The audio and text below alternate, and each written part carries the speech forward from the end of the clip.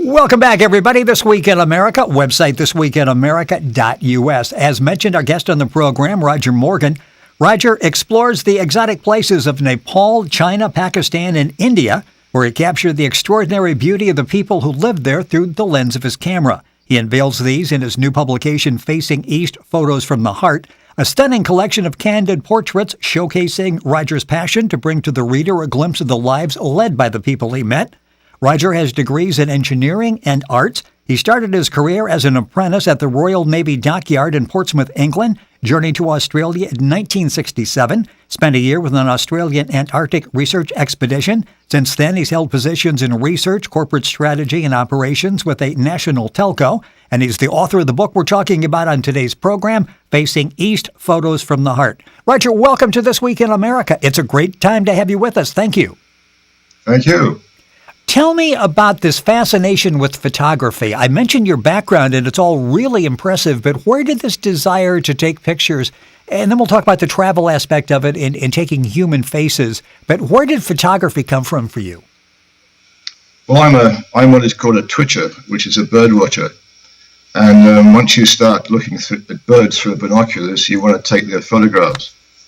So I started photography taking photographs of birds. Well, that's interesting because you went from there and you say you really enjoy taking human faces. You like what you see with faces. What drew you to taking these candid shots of people's faces? Well, it's a long story. I went to China a few years back with a group of twitchers, and my intention was to take pictures of birds, but I didn't understand that the Chinese birds seem to be far more timid than they are in Australia, so I didn't do too well. So rather than hunt for the birds, I hunted for people. And I walked around towns and villages and markets and just took photographs of people. And the reaction I got from the people was amazing. They all wanted their picture taken. I would take a picture of a lady with a child, and I'd show her the picture, and she'd just, go crazy. It's fantastic. And all the other people around her wanted their picture taken.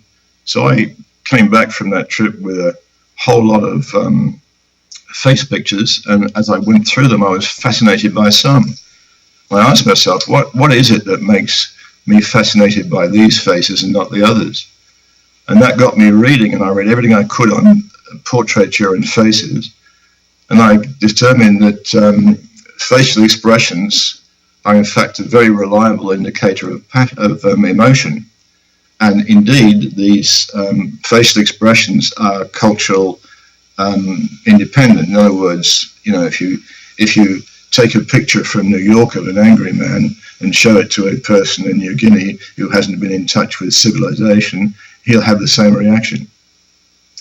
It's interesting, as I look at some of the pictures in the book, it's almost like these people. Did you get that sense as you were taking pictures that, especially when you back and looked at the finished picture, like I can almost see in their eyes, I can almost tell something about their lives?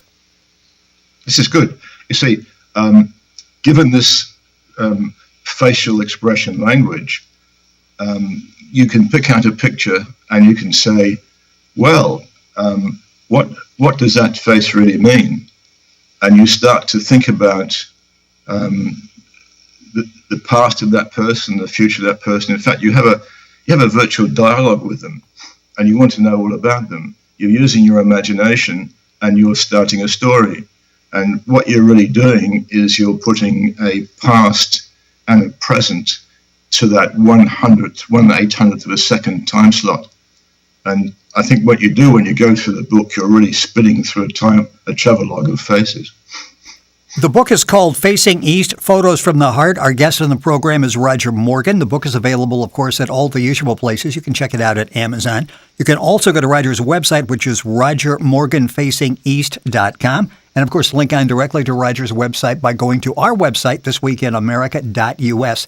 These pictures are unposed. You said taken in an instant of discovery, and I think that's what it's. You can tell from the pictures it's not like something that you've staged and you spent 5 minutes trying to get the proper background and that type of thing. There are candid photos, and I know that was important to you as you did this to really capture who these people are, capture their true essence. Yes, I wanted to get a reaction, not a deliberate false smile, if you like. I didn't want to do that. So I had to click the camera before they consciously realized what I was trying to do. I suppose that's the secret of what I tried to do. The book is Facing East, Photos from the Heart. When you realized that I really enjoy taking these photos, I see something into their eyes, into their soul, which other people can see as well. You went back, and the book is divided into 4 parts. Let's talk about the Himalayas and your attraction there and all the different cultures there, because as you explain in the book, there really are a number of cultures there being greatly impacted by the world around them now in 2015. Yeah, I chose the Himalayas because it's some of the highest mountains in the world, and it's got very deep valleys, and it's got a huge history, going right back to years and years and years ago. This apparent geographic isolation, caused a number of different cultures to evolve, but over time, trade routes going east to west and west to east, like, for example, the Silk Road, brought into these cultures different religions, different parts of other cultures. So what you have in that area is a mix of history, a mix of cultures, but also now what the world is becoming through the technologies of communications and computing. They're changing. They have to face up to faster changes, and that whole mix of things, I thought that's a great way to start. Yeah, and let's talk about some of those changes. You mentioned migration and immigration. Talk about that, because it's easier now with trade routes, that type of thing, for people to get there and for people to leave that area. What impact will that have on the distinct populations there? That's a good question. I don't think anyone can really say what's going to happen. I think these cultures, in my experience, try and retain what they have and try and use the best of what they can get from a modern world. But clearly it is changing. I think more tourists are becoming interested in, I suppose you'd call it, cultural tourism or ecotourism. But yeah, I have a picture in my mind of on the Tibetan plateau, a family of nomads with their yaks, and they go up to their black tent, and they have outside the tent they have a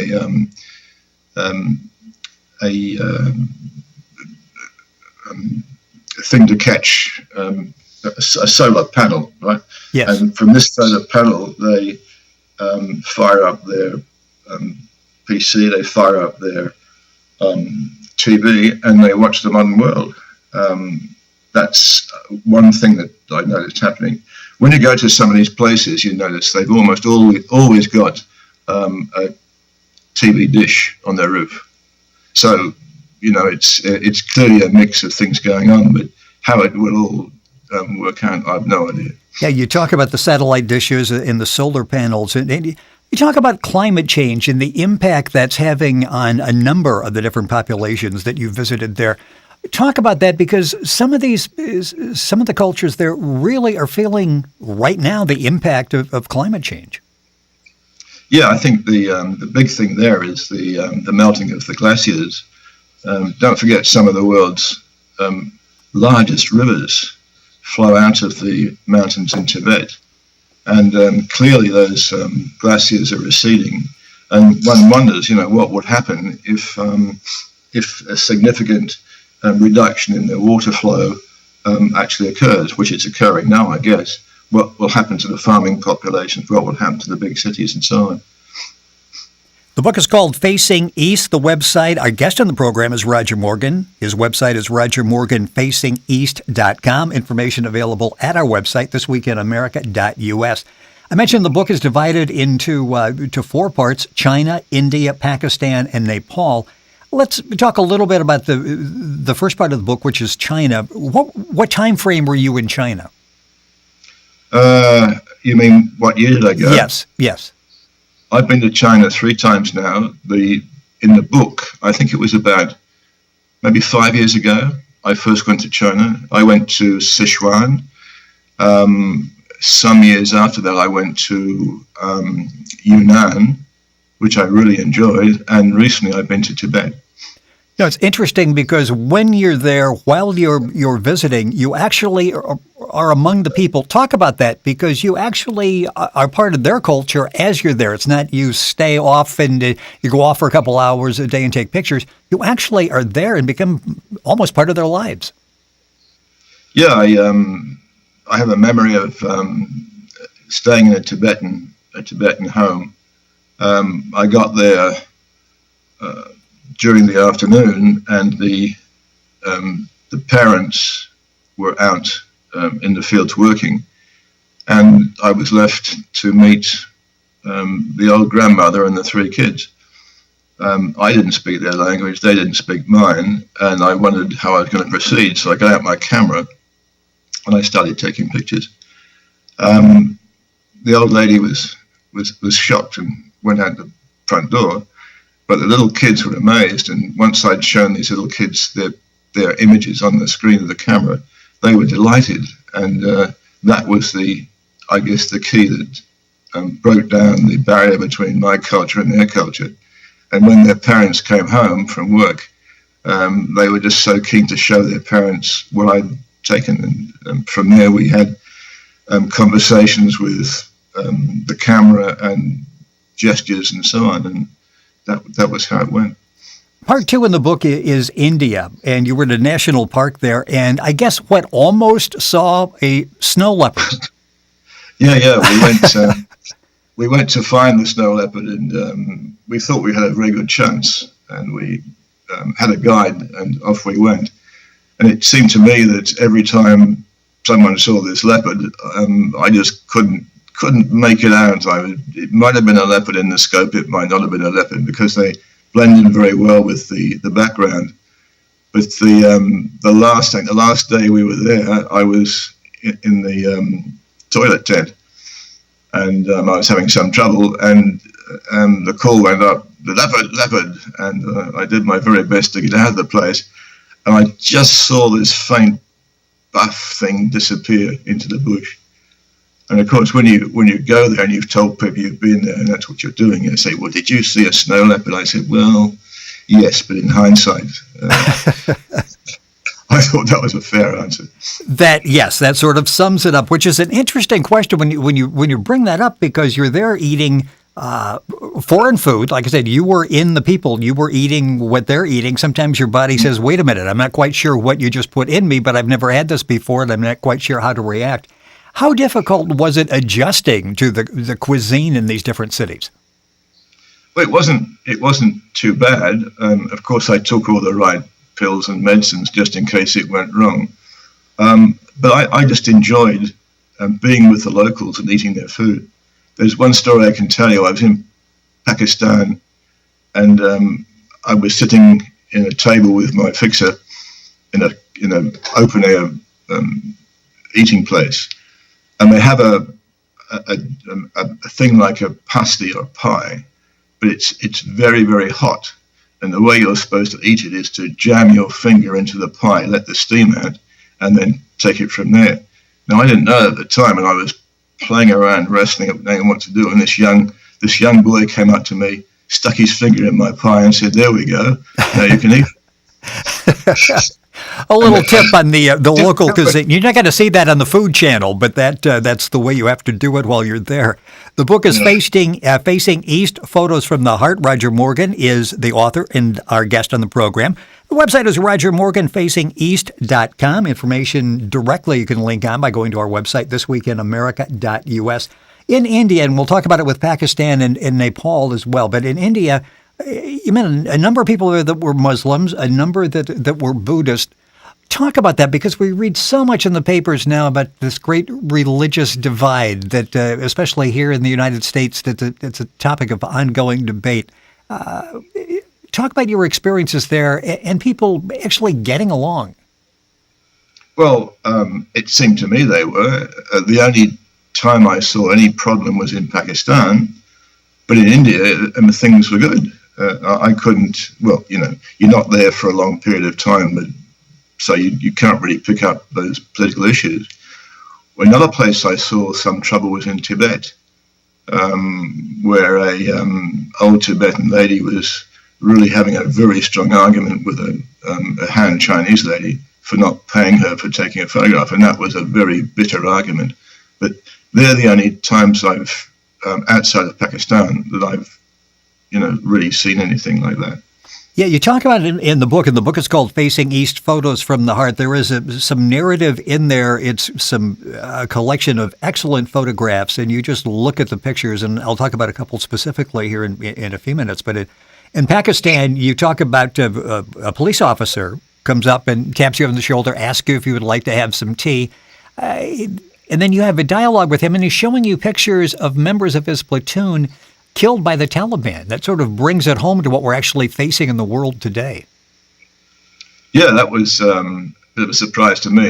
When I got the tap on the shoulder, I was a bit worried because I really wasn't supposed to be there. In Pakistan, it was northwest Pakistan, I went to a place called Gilgit, where there had been a lot of trouble between Sunnis and Shia. And I think a couple of weeks before I was there, there was a massacre of, I think it was either Shias or Sunni by the other party. And there was a lot of tension in the city. And on the Friday, all the large mosques were closed because they didn't want the authorities didn't want any chance for either of the different sects to plan the next step. And outside where I stayed, there were sandbag barricades with machine guns. There were riflemen on the roof, and on the road there were cars and lorries with machine guns on the back. It was interesting. I never felt I was in any trouble at all, but it certainly was very much like being in a war zone. Well, I was just going to ask, were there times when a police officer comes up and taps you on the shoulder, that especially in a foreign land, that gets your attention? Were there times throughout the journeys over there that you felt endangered? No, not once. Not once. When in Pakistan, later on, I went closer to the Afghan border to a place called Gilgit, and I had to get a permit for that, and I was allowed to have a permit as long as I took 2 armed policemen with me, and I paid for their accommodation and meals. I said, fine, that's fine with me. Now, I couldn't speak their language, they couldn't speak mine. Every time I walked down to a market or a back alley or something, I had to have one of these guys with me.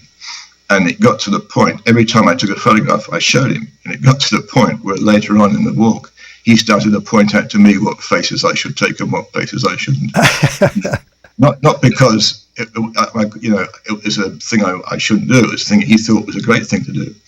It's nice to have an assistant along with you as you're doing this. The book is Facing East, Photos from the Heart. Roger Morgan, the author of the book, with us on the program. His website is rogermorganfacingeast.com. A lot of great information as well at the website. Information on the book. The book's available at bookstores all across the country. And, of course, you can get information at our website, thisweekinamerica.us.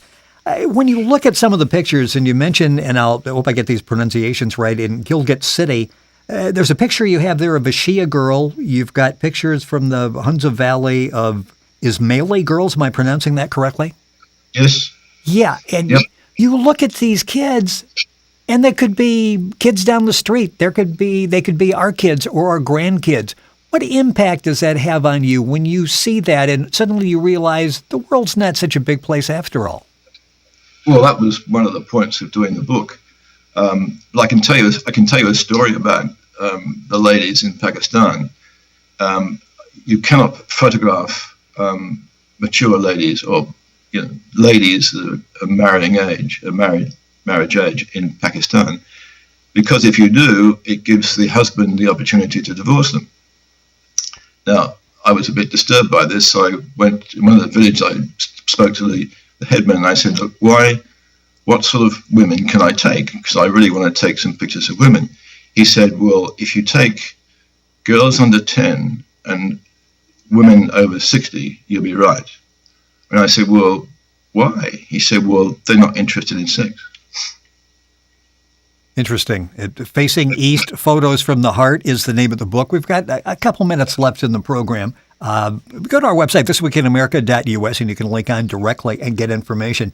Part 4 in the book is Nepal, and you're at Ancient Stupa, if I'm pronouncing that correct as well. And you're talking about a small girl there, and you're talking to the mother, and the mother was concerned about getting enough clothing for the winter season. Talk about that story, and then as we wrap up, I want to talk about, I get the impression that these people, they have to still be on your minds. I mean, you've taken their pictures, you've spent time with them, how difficult it is to leave them and not thinking about, I wonder what happened to these people. But first, talk about that small girl there and the fact that mom was just worried about getting clothing to get her through the winter season. That's right. I think there's a lot of poverty. Where I go, there's a fair bit of poverty. I saw this. We were at the place you mentioned. We were sitting on a step, and we saw this little girl in a blue dress, and she had a remarkable face. I can tell you, it was just so photogenic. And I took a photograph, but she ran up and down the stairs as if she was a sparrow looking for crumbs. And she's featured in the book. Actually, you'll see the little girl with the blue dress in the chapter, and but her face was dirty. The nose was dirty, but the expression on her face was absolutely beautiful. We spoke to her mother, and her mother said, yes, she goes to school, but she only has this one dress, and she's a bit concerned about winter and how she'll get on.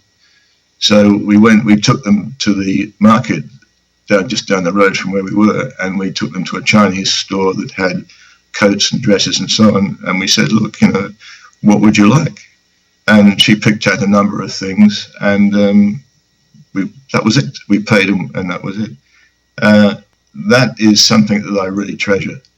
I found this beautiful little girl, lovely face. She wasn't wealthy, she was poor, but we managed to help her. And I've got her photograph, and I often wonder, what would happen to her? When she grows up, will she have a chance to succeed in life? Will she just repeat what her family has been? I've no idea. But you're right. Every time I look at this book and I look at the different pictures, I know exactly where I was, who they were. And it's a great memory for me. Yeah, I was going to say, each picture you look at has its own individual story, and you can see, as you look at the older people, what they've gone through, and you look at the young people, and you wonder, in this accelerated world they're living over there from a technology standpoint, what lives they're going to be living. Will you go back and do any follow-up in that area? I'm thinking about it. Since the book, I've been to Tibet, I've been to Assam, West Bengal, and I've been to Xinjiang, which is where the TELCO Desert is. I might do it differently. I like faces, but I think I can do more with people. In other words, put the face into the context in which I find them. So who knows? I might or might not. In the next few weeks, I'm off to India again. So that'll give me another 4 chapters. Whether I do another book, I'm unsure at this stage. But I think I might. You have done an excellent job with the book, Facing East, Photos from the Heart. Our guest on the program has been Roger Morgan. His website is rogermorganfacingeast.com. You can link on directly at Roger's website by going to our website, thisweekinamerica.us. The book's available at Amazon, Barnes & Noble as well. Roger, an excellent job. I really feel like I know these people. This is a glimpse that in the Western world we don't normally get, and we're looking and suddenly we're thinking there's not that much difference between all of us, is there, as you're looking at those pictures. An excellent job. Please stay in touch. Thank you so much for being with us on the program. Thank you, Rick. It's been our pleasure. You're listening to This Week in America, website thisweekinamerica.us.